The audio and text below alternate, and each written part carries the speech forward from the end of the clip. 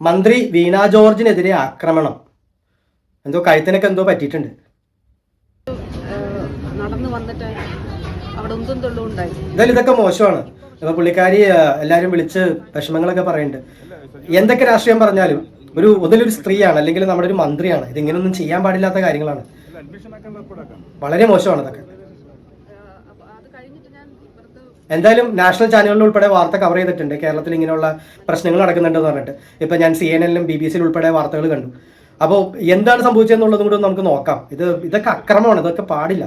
എത്ര വലിയ രാഷ്ട്രീയമായാലും ഇവർ എത്ര വലിയ മോശമായിട്ടുള്ള ഭരണം നടത്തിയിട്ടുണ്ടെങ്കിൽ ഇതെല്ലാം മോശമാണ് ഇതൊക്കെ. എന്തായാലും അതും കൂടി ഒന്ന് കണ്ടുവരാം.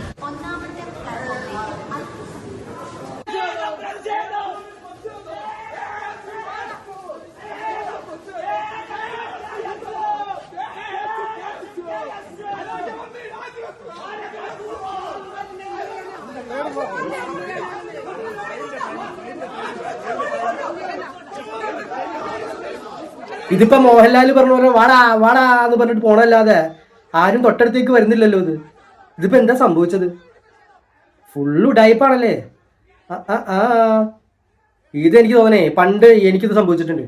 അതായത് നമ്മൾ റെയിൽവേ സ്റ്റേഷനിൽ ക്യൂ നിൽക്കായിരുന്നു തത്കാൽ ടിക്കറ്റ് എടുക്കാം. പണ്ട് ഇതുപോലെ ഓൺലൈനൊന്നുമല്ല, നമ്മൾ പോയി തത്കാൽ ടിക്കറ്റ് എടുക്കണം.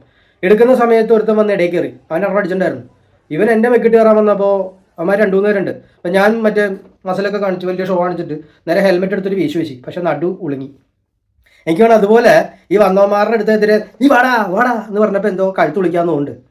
അല്ലാതെ ഇത് ഒരൊറ്റെണ്ണം അടുത്തേക്ക് പോയിട്ടില്ല. Full type. ഒന്നിലൊരു മന്ത്രിയില്ലേ കള്ളത്തരം പറയുകയെ ശരിക്കും അങ്ങനെ എന്തെങ്കിലും ചെയ്തപ്പോൾ വിളിക്കിയതായിരിക്കും. എന്നാലും ചുറ്റും ഇത്രയും ക്യാമറ, എനിക്ക് ഒരു കമ്പ്യൂട്ടർ വന്നതുപോലെ ഇവരൊന്നും അറിഞ്ഞിട്ടില്ല എന്ന് തോന്നുന്നു. ചുറ്റും ഇത്രയും ക്യാമറയൊക്കെ ഇരിക്കുന്ന സമയത്ത് മിനിമം ബോധമുള്ളവർ ചിന്തിക്കൂലേ ഇതെല്ലാം ക്യാമറ കിട്ടിയിട്ടുണ്ടാവും, ഒരാൾ പോലും തൻ്റെ അടുത്തേക്ക് വന്നിട്ടില്ല എന്നൊക്കെ. അപ്പോൾ പിന്നെ ഇങ്ങനെ ഓസ്കാർ വിന്നിങ് പെർഫോമൻസ് ആയിട്ട് വരേണ്ട കാര്യമുണ്ടോ? അതോ ശരിക്കും ഇവർ മോഹൻലാൽ സ്റ്റൈൽ കാണിച്ചപ്പോൾ കഴുത്തുളിക്കായിരിക്കും. എന്തായാലും മെഡിക്കൽ കോളേജിലേക്കോ താലൂക്ക് ആശുപത്രിയിലേക്കോ പോകാൻ സാധ്യതയില്ല. കാരണം പുള്ളിക്കാരിക്ക് തന്നെ ഇപ്പോൾ പേടിയുണ്ട് വല്ല ബ്ലേഡ് മുള്ളിൽ വെച്ച് കെട്ടി വിടുമെന്നുള്ളത്. അതുകൊണ്ട് ഇനിയിപ്പോൾ അമേരിക്കയ്ക്ക് പോയിരിക്കും. അപ്പോഴും നമുക്ക് കോടികൾ നഷ്ടം. എന്തായാലും ഭരണത്തിൻ്റെ അവസാന നാളുകളിൽ അമേരിക്കൻ വാസമാവട്ടെ, ഒരു അമേരിക്കൻ ടൂർ അങ്ങ് നടത്തിയേക്കാം. ചിലവ് നാട്ടുകാരുടെ വക. കഴുത്ത് ശരിയാക്കിയിട്ട് വായിനി. എന്നിട്ട് നമുക്ക് ഇനിയും പുണ്യപ്രവർത്തനങ്ങളും നാടിൻ്റെ നന്മയ്ക്കായി പ്രവർത്തിക്കേണ്ടതാണ്. പൊളിക്കും നമ്മൾ.